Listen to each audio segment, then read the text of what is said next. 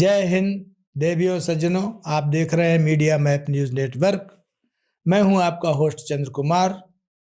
आपको पता होगा कि आप पिछले 3 एपिसोड से ज्योतिष पे देख रहे हैं, जिस पे मंथन चिंतन और विज्ञान है, मिथक है, इन सब बातों पे काफ़ी बात हो रही है। हमारे स्टूडियो में प्रोफेसर प्रमोद माधव आटले जी आए हुए हैं, अभी उनसे रूबरू कराऊंगा। उसके पहले मैं आपको बताना चाहता हूं कि हमारा जो पहला एपिसोड था वो इसी से शुरुआत हुआ था कि ज्योतिष विज्ञान है, मिथक है या कल्पना मात्र। फिर दूसरा एपिसोड के लिए बहुत लोगों के फ़ोन आए कि भाई इस पे जल्दी से कुछ करिए। तो उस समय दीपावली का माहौल था और ज़्यादातर प्रश्न भी त्यौहार से संबंधित थे कि 5 दिन का दीपावली क्यों होता है और उसका मानव जीवन पे क्या प्रभाव है। इस पर भी प्रोफेसर आटले साहब ने बहुत विस्तार से प्रकाश डाला था। और तीसरा जो सबसे महत्वपूर्ण वीडियो था वो था ज्योतिष कितने प्रकार का होता है। हर विषय पर बहुत ही गहराई से प्रोफेसर साहब ने प्रकाश डाला था। आज हम आप लोगों के प्यार, आशीर्वाद और प्रश्नों की झड़ी से चौथे एपिसोड के लिए बैठे हैं। इसको अंत तक देखना आप नहीं भूलेंगे। अगर इस वीडियो को पूरा देख लेंगे तो आपको पीछे के सारे सार भी मालूम होंगे और माननीय प्रोफेसर साहब के जीवन का वृत्तांत भी आपको पहले एपिसोड में मिल जाएगा। एक बार दर्शकों को मैं रूबरू करा रहा हूं अपने अतिथि प्रोफेसर प्रमोद माधव आटले जी से। प्रणाम चंद्र कुमार जी, आपको और आपके दर्शकों को मेरा नमस्कार। एक बार फिर मैं एक छोटा सा परिचय प्रोफेसर प्रमोद माधव आटले साहब का देना चाहता हूं।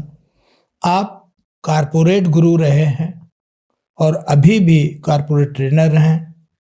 बावजूद इसके ज्योतिष विज्ञान पे इनकी बहुत गहरी पकड़ है और बहुत डीप ड्राइव है। मैं इतना कहना चाहता हूं कि अगर इनकी बातों को आप समझ लेंगे तो आपको ज्योतिष पे उस तरह का भरोसा होगा जैसे विज्ञान कोई बात सिद्ध करता है। और हम सीधा प्रश्न पे आते हैं। जो तीनों एपिसोड अभी हम लोगों ने किया है उसमें दर्शकों का ये कहना है कि एक ही जगह पे एक ही समय में, उदाहरण ले लीजिए कि हॉस्पिटल है, 25-30 बच्चे, 15-20 बच्चे एक साथ पैदा हो रहे हैं, लेकिन उनका अलग अलग प्रभाव होता है। जबकि ज्योतिष में एक और ऐसी भी आपने कहा कि होती है। तो इस पर हम आपसे प्रकाश डालना चाहते हैं कि ये जो जैसे जुड़वा बच्चे ही पैदा हुए तो उनका जीवन में क्या प्रभाव अलग अलग पड़ता है। चंद्र कुमार जी, आपका प्रश्न बिल्कुल उचित है और इस प्रकार की शंकाएं हर व्यक्ति के दिमाग में आती हैं कि अगर कोई जुड़वा बच्चे पैदा हुए हैं या एक ही स्थान पे एक ही समय पे काफ़ी लोग जन्म हुए हैं तो उनका जो जन्म का घटनाएं होती हैं वो अलग अलग क्यों होती है, या अलग अलग उनकी जो यश होता है, उनका जो सक्सेस है, उनकी जो अचीवमेंट है वो अलग अलग क्यों होती है। तो उसके लिए मैं अपने शास्त्रों में लिखे हुए कुछ सिद्धांतों के ऊपर जाऊंगा कि हमारे यहाँ कहा गया है कि मनुष्य का जीवन में 4 मूल रूप से सिद्धांत होते हैं जिसको हम बोलते हैं धर्मेच, अर्थेच, कामेच और मोक्षेच। और भगवान श्री कृष्ण ने भी गीता में कहा है कर्मण्येवाधिकारस्ते मा फलेषु कदाचन, कि कर्म करना मनुष्य का कर्तव्य है, उसका फल जो है वो उसके हाथ में नहीं होता है। उसका जो फल होता है वो निर्भर करता है कि आपका पूर्व जन्म क्या था, जिसको अपन बोलते हैं ना, बीज बोया धान का तू आम कहाँ से पाए। तो मनुष्य का जीवन जो है, जैसे अपन ने पहले एपिसोड में देखा था कि 3 चीजें होती हैं कि शरीर, मन और आत्मा। ये सत्य, असत्य और मिथ्या पे डिपेंड करता है। तो मनुष्य का जी आत्मा होती है वो एक परम सत्य है। अब आत्मा है वो मरती नहीं है, वो शरीर अलग अलग धारण कर लेती है। तो जैसे न्यूटन ने भी कहा है, to the every action there is equal and opposite reaction. तो हमने जो कर्म किया है उसको हमको उसका फल डेफिनेटली भुगतना पड़ेगा, चाहे वो अच्छा है बुरा है, या जो है उसका आपको कोई कर्तव्य नहीं। आपने काम कर्म कर लिया और आप भूल गए कि आपने क्या किया है, पर उसका फल जो है वो हर एक को अलग अलग मिलता है। और वो भी उसके ऊपर डिपेंड करता है कि स्थान, काल और पात्र, समय कौन सा है, व्यक्ति कौन है, उस प्रकार से उसके फल मिलते हैं। अब हर मनुष्य जो जन्म लेता है वो उसके जो पूर्व जन्म के कर्म होते हैं, तो उस कर्मों को लेकर के वो आगे वाले जीवन में उसका फल प्राप्त करता है। तो आदमी जो काम करता है तो उसमें 4 प्रकार के कर्म फिर बताए गए हैं। एक को हम बोलते हैं सुसाध्य कर्म, एक होता है साध्य कर्म, एक होता है दुसाध्य कर्म, और आखिरी होता है असाध्य कर्म। जिसको हम बोलते हैं सुसाध्य कर्म, कि आपको मनोवांछित फल प्राप्त होता है कि आपने कोई कर्म किया ही नहीं। उदाहरण के लिए आपने मुझसे कहा, प्रमोद लाइट बंद कर दो, मैं उठता भी नहीं हूं और पावर चली जाती है, तो वांछित फल मिल गया, मैंने कोई कर्म नहीं किया और मुझे वांछित फल मिल गया। दूसरा होता है साध्य कर्म, मैं उठता हूं, बिजली का स्विच ऑफ करता हूं, लाइट चली जाती है, मतलब वांछित फल प्राप्त करने के लिए मुझे कुछ कर्म करना पड़ेगा। फिर होता है दुसाध्य कर्म, मैं उठता हूं, स्विच ऑफ करता हूं, लाइट बंद नहीं होती क्योंकि वो जो स्विच है वो इनऑपरेटिव है, तो फिर मैं टेस्टर लूंगा, स्क्रू ड्राइवर लूंगा, उस स्विच को खोलूंगा, उसके अंदर कुछ अगर रिपेयर करना है वो काम करूंगा, उसके अंदर सुधार करूंगा और फिर स्विच ऑफ करूंगा तो वो लाइट चली जाएगी। तो उसी फल को प्राप्त करने के लिए एक व्यक्ति को अथक परिश्रम करना पड़ेगा। और एक होता है असाध्य कर्म, जिसमें हमारा कोई भी नियंत्रण नहीं होता है। जैसे हम अपने माँ बाप नहीं चुन सकते, हम हमारा समय नहीं चुन सकते जन्म का, हम स्थान नहीं चुन सकते। उसी प्रकार से मृत्यु, जो जीवन का अंतिम सत्य है कि स्थान, काल, पात्र जो है वो निश्चित है कि आदमी की मृत्यु कहाँ होगी, कैसे होगी और कब होगी। तो ये 4 प्रकार के जो कर्म होते हैं उसके ऊपर जो हमारी 12 राशियां हैं जो अपन ने पहले बताया गया था, और 9 ग्रह होते हैं, क्योंकि हम यूरेनस और नेपच्यून इसको नॉर्मली अपने हिंदुस्तानी ज्योतिष में या वैदिक ज्योतिष में इसको नहीं मानते, हम राहु का केतु को मानते हैं। तो हर ग्रह का एक प्रभाव होता है और वो जो प्रभाव होता है वो मनुष्य के जीवन पे, उसके कर्मों के ऊपर उसका असर डालता है। अब किसी व्यक्ति ने कोई कर्म किया, एक छोटा सा उदाहरण देता हूं मैं आपको, कि किसी व्यक्ति ने किसी व्यक्ति की हत्या कर दी, ठीक है, तो उसका फल क्या मिलेगा उसको? ताजिरात हिंद दफा 302, उसको आजीवन कारावास हो सकता है या उसको फांसी पर चढ़ाया जा सकता है। पर अगर जिसकी हत्या हुई वो कोई उग्रवादी होगा, देशद्रोही होगा या जनमानस को नुकसान पहुंचाने वाला होगा, तो उसको शौर्य चक्र से सम्मानित किया जाएगा। तो कर्म क्या किया उसने? हत्या की, और उसका परिणाम क्या हुआ? किसी को उसी हत्या के लिए उसको शौर्य चक्र मिल गया और किसी को फांसी की सजा हो गई।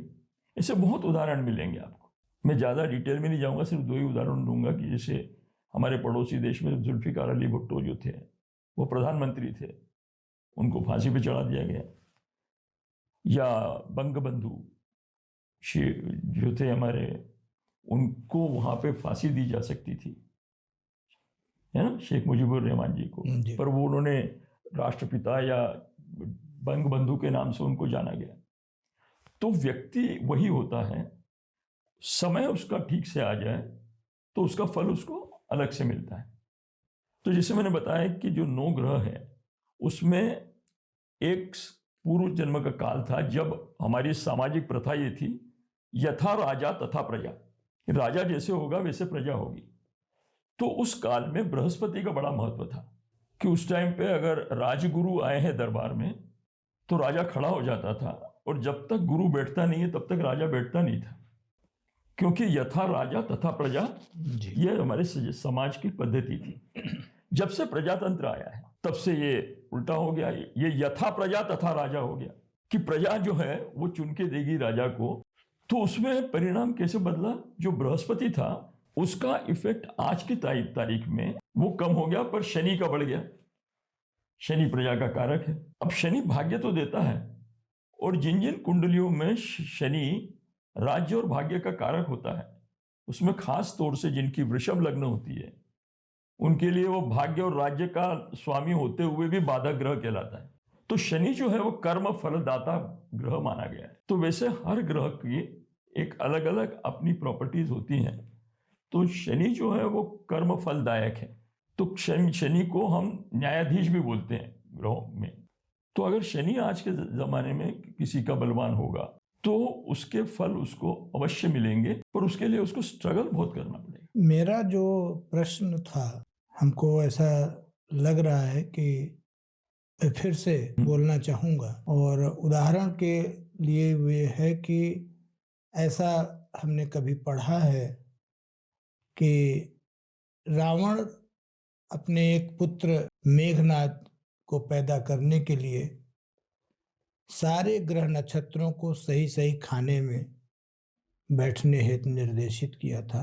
ऐसा हमने कहीं पढ़ा है कि सही समय पर अगर सही पुत्र मेरा उत्पन्न होगा तो इंद्र को जीत सकता है।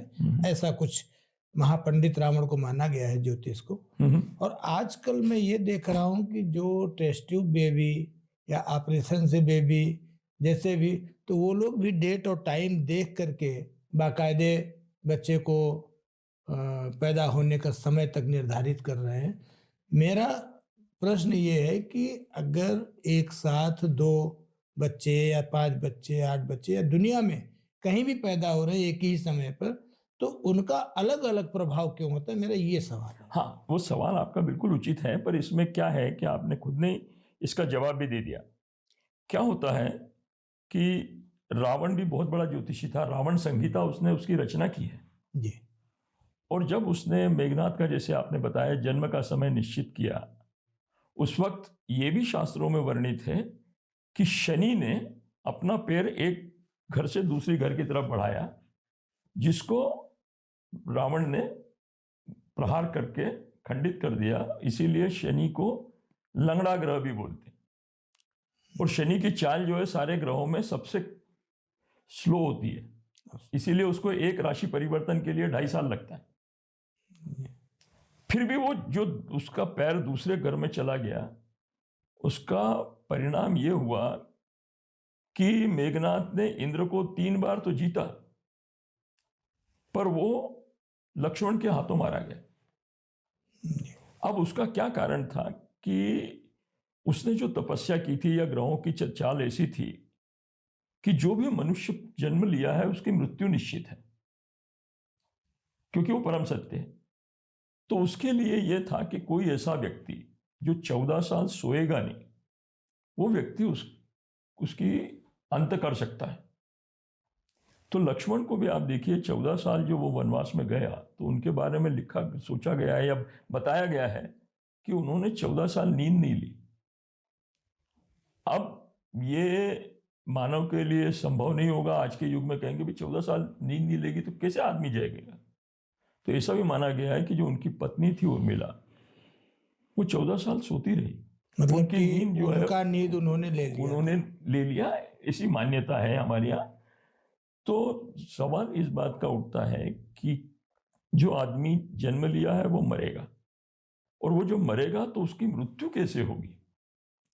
क्योंकि आपने अभी उदाहरण इसका दिया रामायण के समय का या त्रेता युग का, वैसे ही द्वापर युग में जो कृष्ण के भतीजे थे, सुभद्रा के पुत्र अभिमन्यु, अब वो साक्षात ईश्वर के भांजे होते हुए भी उनको भी मृत्यु प्राप्त हुई। तो ऐसा माना गया है कि जब सूर्योदय से पूर्व, युद्ध शुरू होने से पूर्व जो है वो बुजुर्गों के आशीर्वाद लेते थे, तो अभिमन्यु ने सबसे आशीर्वाद लिए। किसी ने उसको विजयी भव का आशीर्वाद दिया, किसी ने उसको आयुष्मान हो का आशीर्वाद दिया, पर उनके अपने मामा ने उनसे कहा यशस्वी भव। तो सिर्फ द्रौपदी समझ गई कि इसका मतलब क्या हो सकता है या इसका अर्थ क्या हो सकता है। और हम सबको मालूम है कि आज भी अगर कोई योद्धा की परिभाषित किया जाए तो सबसे पहले अभिमन्यु का नाम है, कि वो एक ऐसा योद्धा था जो अकेला सारी सेना में भिड़ा और उसका अंत करने के लिए 8 महारथियों को इकट्ठा होना पड़ा, जिसमें कर्ण भी मौजूद थे। मैं इसका खंडन तो नहीं करूंगा, लेकिन एक उदाहरण मैं उसके पहले का देना चाहूंगा। लवकुश का जन्म, जो भगवान राम कहलाते हैं, जिनके सखा सुग्रीव, जिनके सखा अयोध्या लौटे हैं लंका का विनाश करके, रावण को जीत करके, और जब उन्होंने अश्वमेध यज्ञ किया है तो ये सारे वीर गए हैं, सबको लवकुश से पराजित होना पड़ा। तो ऐसा हमारा समाज है और ऐसा हम लोगों ने पढ़ा है, जाना है। मेरे फिर उसी मूल प्रश्न पे आ रहा हूँ कि अब जैसे लवकुश का ही मेरे मुंह से निकला है कि एक ही समय में ये 2 लोग पैदा हुए, तो लगभग दोनों का, अगर कभी बहुत हम डीप नहीं अध्ययन किए हैं, हाँ, लेकिन इनका कोई अलग अलग भाग्य निर्धारित नहीं हुआ। लेकिन राम लक्ष्मण भरत शत्रुघ्न में बहुत कम अंतर था समय का, तो उसमें ये देखने को मिला कि सबके अलग अलग प्रभाव रहे जीवन में। मैं आम जनता की बात करना चाह रहा हूँ, जो आम नागरिक, हमारा जो दर्शक है, जो हमको सुन रहा है, कि एक ही समय में अलग अलग बच्चे अलग अलग जगह पैदा हुए, तो उसका अलग अलग प्रभाव होता क्यों है? देखिए, आपका सवाल उचित है। इसके लिए मेरे को आपको और आगे ले जाना पड़ेगा जी, कि जब सृष्टि की रचना हुई और सृष्टि की रचना के बाद में देव और दानव ये कैसे पैदा हुए। तो 2 बहनें थी, दिति और अदिति। उनकी शादी हुई कश्यप ऋषि से, और दिति अदिति प्रजापति ब्रह्मपुत्र की पुत्रियां थी। तो एक से जो जन्म हुए उनको हम देव बोलते हैं, और दूसरी से जो पैदा हुए उसको हम दानव बोलते हैं। जो पूरी सृष्टि है उसके अंदर की जो ऊर्जा है वो निगेटिव और पॉजिटिव को मिलकर ही होती है। आज आप देखिए, हमारी जो बिजली है या इलेक्ट्रिसिटी है, उसके लिए निगेटिव पॉजिटिव ये 2 पोल आवश्यक होते हैं। अगर जब तक निगेटिव पॉजिटिव नहीं होगा तब तक प्रकाश नहीं होगा। मैं समझता हूँ जो पूरा ब्रह्मांड है, हाँ, वो भी आपकी इस थियरी पे चल रहा है, निगेटिव पॉजिटिव के साथ तीसरी भी है। हाँ, न्यूट्रल जिसको अपन बोलते हैं, वो बाद में आई। जी, अच्छा, वो बाद में आई। तो आज भी आप देखेंगे ज्योतिष में जो व्यक्ति होते हैं उनके अलग अलग गण होते हैं। एक देवगण का मनुष्य है, एक देवगण मानव गण का मनुष्य, और एक राक्षस गण का मनुष्य।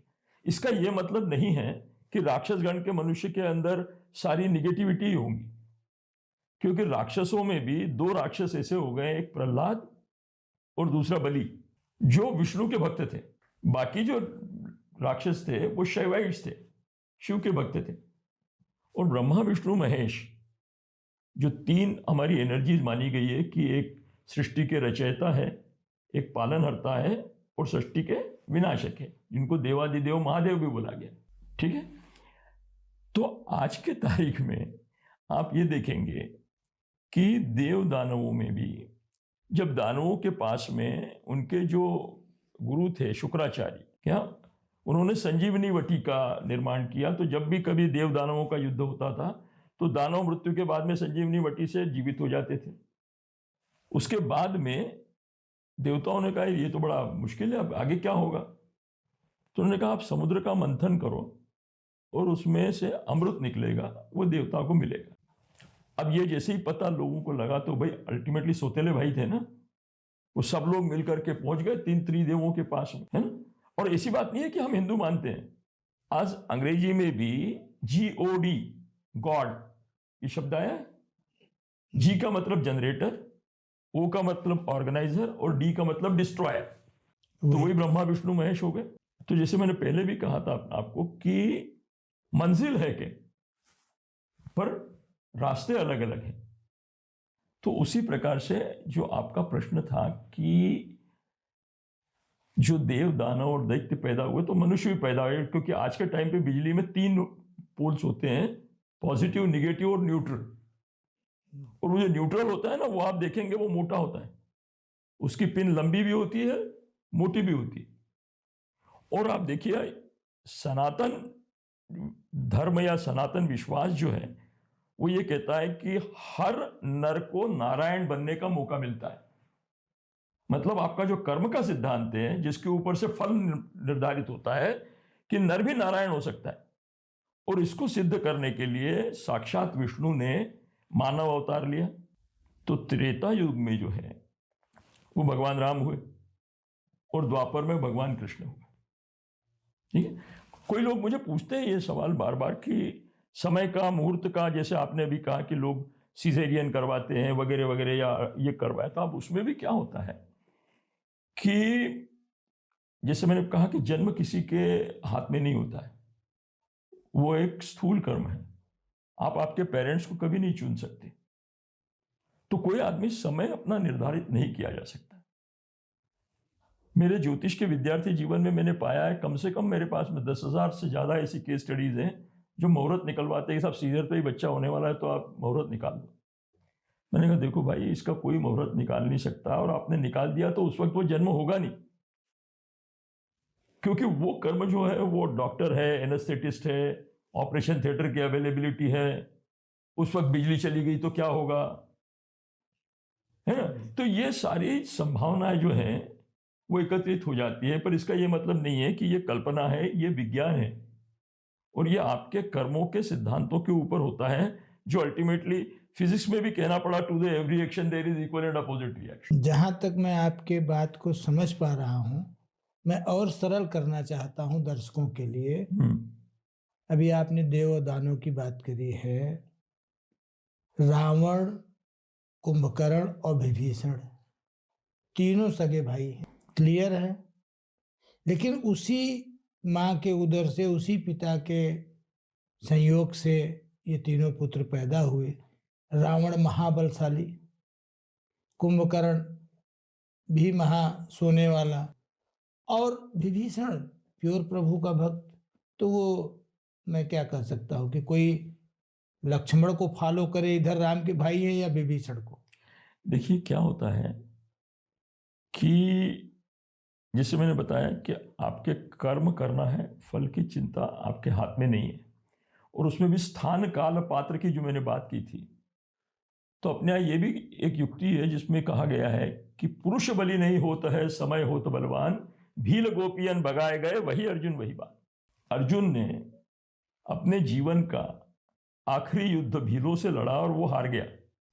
जब कृष्ण निजधाम को पहुंच गए तो यादवों की जितनी भी विधवाएं थी, क्योंकि महाभारत के युद्ध में पूरी जो नारायणी सेना थी वो नष्ट हो गई, क्योंकि वो कौरवों की तरफ से या अधर्म की तरफ से लड़ी, पर नारायण ने या कृष्ण ने उनको उनकी तरफ से लड़ने को क्यों भेजा? ये एक प्रश्न पैदा हो सकता है आदमी के दिमाग में। पर जो उनकी जो विधवाएं थी, वो विधवाओं को जब इंद्रप्रस्थ ला रहा था अर्जुन, तो ऐसा कहते हैं झाबुआ एक जगह है जहाँ भीलों की बस्ती होती है, वहां पे एक आखिरी युद्ध हुआ इनका, इन्होंने इनके विधवाओं को लूटा। तो वही गांडीव था, वही अर्जुन था, पर समय उसके साथ नहीं था, तो वो युद्ध हार गया। तो मेरा जो बार बार आपसे प्रश्न है, हाँ, एक ही समय में हाँ, 2, 4, 5 बच्चे एक ही जगह पे पैदा हुए, हाँ, उनका अलग अलग भाग्य का जो निर्धारण है, हाँ, आपके अनुसार कि पूर्व जन्म के संस्कार और आगे जो उनका स्टार्स नहीं, बोलता है, पूर्व जन्म के संस्कार के साथ मैंने ये भी कहा कि you can't choose your parents. वो अलग अलग लोगों को पैदा हुए, या फिर समय कि जुड़वा पैदा हुए। तो जुड़वा पैदा हुए तो एक जुड़वा बच्चे में और दूसरे जुड़वा बच्चे में 2-3-4 मिनट का जो अंतर होता है। ओ, मतलब अब मैं समझ पाया। तो वो समय और जो घटी है वो भी महत्वपूर्ण होती है, एक एक मिनट पे सब बदल जाता है। हाँ, देखिए मेन जो कुंडली होती है वो उसका लग्न का समय जो होता है वो लगभग 2 घंटे का है, लगभग। अब वो 2 मिनट में तो वो तो नहीं बदलेगा, पर हमारे जीवन के जितने भी पहलू हैं तो उसके लिए हम अलग अलग कुंडलियां बनाते हैं कि भाई आपके प्रोफेशन के लिए दशांश बना लिया, आपके वैज्ञानिक बाद नवमांश बना लिया, तो ये काफ़ी विस्तृत हो जाएगा। मैं कभी आपको आगे वाले श्रृंखलाओं में समझाऊंगा इसको कि हर कुंडली का क्या महत्व होता है। सिर्फ आप एक कुंडली देख के सारा निदान नहीं कर सकते। कुल मिलाकर के ये है कि जो समय का निर्धारण है, हाँ, अगर वह सही है, हाँ, तो सारे कैलकुलेशन आगे के उसी पे डिपेंड है। उसी के ऊपर डिपेंड करता है। और दूसरा क्या होता है कि हमारे जीवन में जो लोग व्यक्ति आते हैं, जिनके संपर्क में हम आते हैं, उसका परिणाम भी हमारे ऊपर होता है। तो ये तो सामाजिक शास्त्र हो गया ना? नहीं, सामाजिक शास्त्र नहीं हुआ सर जी। ये फिजिक्स है प्योर। 100 डिग्री वाटर है और 100 डिग्री वाटर है, मतलब गर्म पानी है और ठंडा पानी, उसको मिला दो तो क्या होगा?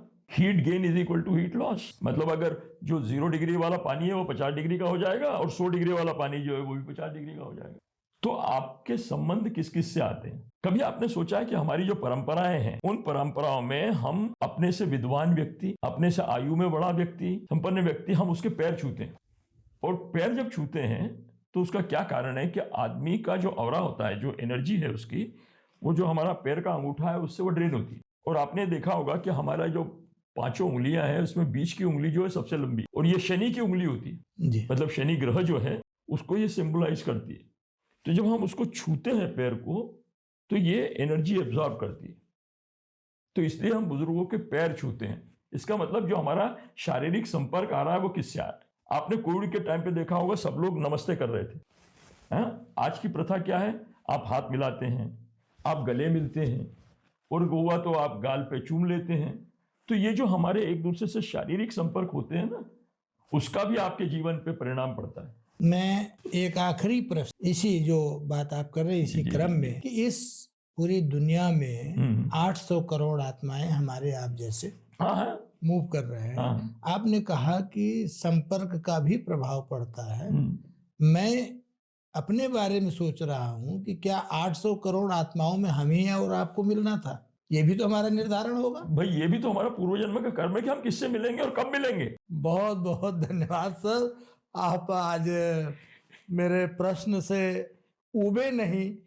लेकिन मेरा एक ही चीज है कि हमारी जो आम जनमानस है, जो ज्योतिष के बारे में हमेशा सोचती है कि ये विज्ञान है या मिथक है या कल्पना है, उसी को मैं डिस्क्राइब करने का आपके माध्यम से प्रयास कर रहा हूँ। जय हिंद देवियों सज्जनों, देखना नहीं भूलेंगे इस एपिसोड को।